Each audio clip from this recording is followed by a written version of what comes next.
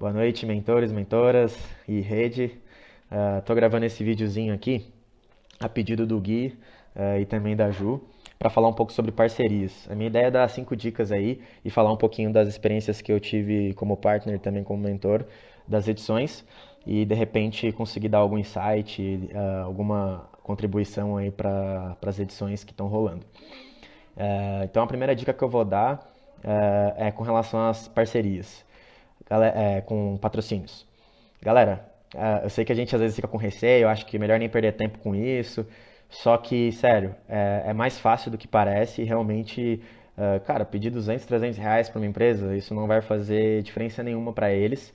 E geralmente eles se identificam demais, assim, e querem contribuir para a causa do lead, né?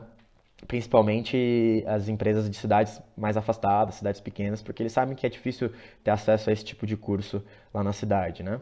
E então a dica que eu dou assim, vejam com os partners de vocês ou até empresas que vocês mesmos conheçam, tenham amizade e fala pra galera ir lá, apresentar um pouquinho a ideia da fundação, falar sobre o lead. E eu acho que o principal aqui é focar no impacto que a gente quer trazer para a cidade. Tipo, cara, é tão difícil trazer esse tipo de conteúdo, esse tipo de gente boa pra cá. E eu acho que a tua empresa ela pode colaborar muito com a gente. Né? Se vocês puderem dar um apoio financeiro para a gente conseguir trazer um cofre ainda melhor para a impressão do material, vai ajudar demais para nós e a gente consegue retribuir aí em troca de divulgação nas redes e também se colocar algum flyer no material na hora de entregar, de repente até dar uma palavra para o pessoal no início do evento e falar que eles vão estar ajudando a levar esse impacto para a cidade, sabe? Eu acho que é uma coisa muito benéfica que toda empresa quer puxar esse lado aí. Ainda mais se forem empreendedores e tudo mais, que sabem o quão difícil é tudo isso, né? Então essa é a primeira dica. E aí falando um pouco da experiência que eu tive, lá em Rio Grande eu fui num escritório de investimentos, que eu conheci a galera lá, e pô, fui falar, falei do lead, do impacto e tudo mais, basicamente o que eu já tinha falado aqui. E aí tinha um cliente que estava lá no escritório que ouviu eu falando tudo aquilo, e ele quis doar 400 reais. Tipo, assim, eu não falei nem pro cara, sabe? Ele escutou o que eu tava falando e falou, cara, curti demais isso, posso fazer uma doação de 400 reais pela minha empresa? E ele nem quis nada em troca, ele só quis doar porque ele achou sensacional a ideia do lead. E aí, pô, até o meu amigo ficou até um pouco pressionado também, acabou doando 400 reais. E aí eu acabei falando ainda com o escritório de contabilidade e consegui mais 400. Então, pô, foi uma edição que a gente largou com 1.200 assim na primeira porta que a gente bateu. Pode ter sido um pouco de sorte, pode ser que o pessoal foi na empolgação também, mas assim, às vezes é mais fácil do que a gente imagina.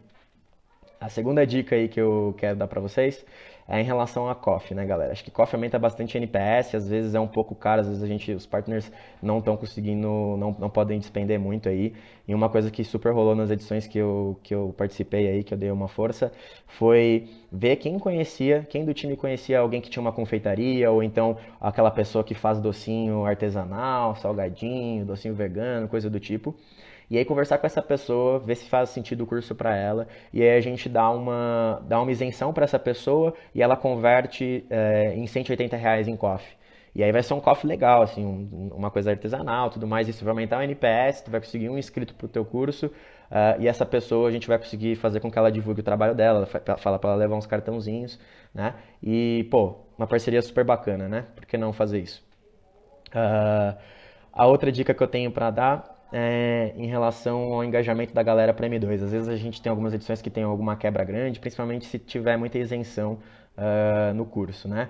E aí lá em Santa Maria, agora no ciclo 2, a galera conseguiu fazer parceria com uma loja lá que ela fazia agendas personalizadas e tudo mais. Elas nos deram 2 agendas personalizadas, a gente colocou o logozinho do lead lá, sonhar grande e tal. Ficou bem bonita a agenda. E a gente, como incentivo, sorteou essas agendas para quem fez o salto e apresentou ele no M2. Né? Então é legal falar que vai ter uma premiação, alguma coisa assim. Não precisa falar que é para quem fez o salto, a gente só fez isso para realmente parabenizar a galera, mas eu acho que é legal pensar em alguma coisa assim. Bacana. Outra dica que eu anotei aqui foi com relação às inscrições em grupo, né? Acho que isso aí vocês estão muito pró já também, né? Vocês sabem que dá muito certo fazer essas parcerias. E aí eu queria comentar 2 coisas que deram muito certo comigo. Uma foi com o PET das engenharias lá na universidade, que eles têm uma verba para incentivar os alunos da engenharia a fazerem cursos. E aí o PET pagou para 22 pessoas da engenharia fazer o curso. Então, pô, 22 pessoas é uma baita galera, né? E deu uma animada em todo mundo. Então vejam se não existem essas instituições, organizações que também tenham verba para isso. As EJs costumam também incentivar os trainees, a galera que está entrando nas EJs, tentem puxar para esse lado que pode dar muito bom. A segunda dica é com relação aos RHs das empresas. Então, tipo, pô, aproveitem, falem com se as pessoas ali, os partners, trabalharem em alguma empresa, tudo mais, que tenha bastante gente, que faça sentido, que se a galera esteja estudando, que tem estagiário, tenta fechar uma parceria ali de cupons em grupo com a empresa, porque pode dar muito bom, assim como já deu comigo em algumas edições. E por fim, para falar de local, a gente sempre tenta conseguir o local gratuito. Eu acho que isso não é muito difícil, mas às vezes acaba quando a gente pega uma cidade que a gente não tem muito contato, acaba tendo um pouco de dificuldade. E a dica aqui é bem simples, que é falar com quem delibera, né? E aí, mais um exemplo meu, lá em Rio Grande, a gente estava com uma certa dificuldade para conseguir local, e aí eu consegui o contato do presidente da CDL, que é a Câmara do Comércio. Eu nem sabia, a CDL nem abre aos finais de semana, né?